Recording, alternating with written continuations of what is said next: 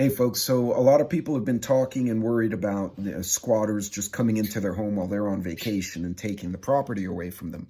Now, in certain uh, areas, that might be the case, but this knucklehead on TikTok is telling people, oh yeah, go invade these homes. That's absolutely a bad idea. However, because it varies from state to state, and different states will react in different ways, and the owner has property rights. So let me give you a rundown of Texas, and this is coming from Hemlane Law. This is a law firm here in Texas, and you can also find it on the Texas government website.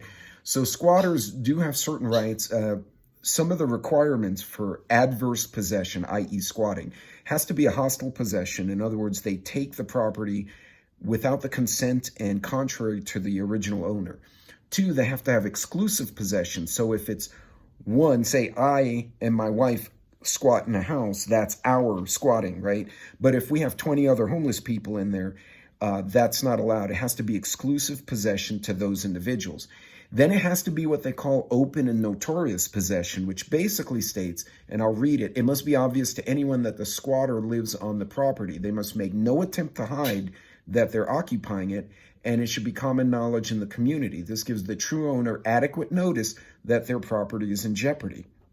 So if the squatters are hiding and only coming out at night, that disqualifies them from claiming squatters' rights in Texas.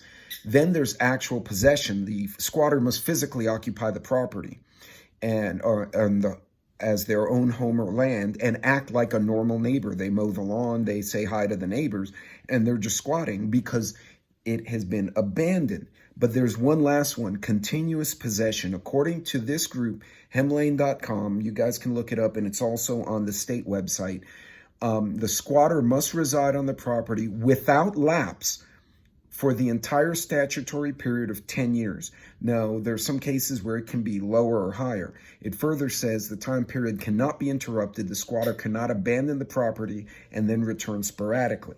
So in the state of Texas, if the property's been abandoned and somebody moves in, they're like, nobody lives here, and 10 years later, they can actually apply to take the property, but they have to also pay taxes from that point forward on the property. But they cannot do that. The state of Texas stipulates that if you come from vacation and you have someone in your house, that is a trespasser, and it could be considered a home invader, and the homeowner can act accordingly.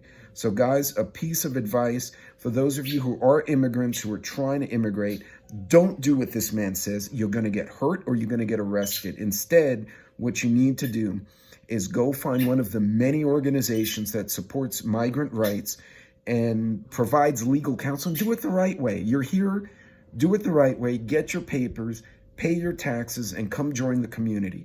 But for those of you who want to just take other people's stuff, not every state acts the way New York City did, and it can get you hurt, it can get you in trouble. Be good, guys, and for those of you in Texas, those are your rights. As always, I'm not an attorney, I'm still working on my law degree, so you guys make sure to check with a lawyer as to what your rights are, especially if you have rental properties or Airbnbs that might actually have an effect on you. So you guys take care, God bless.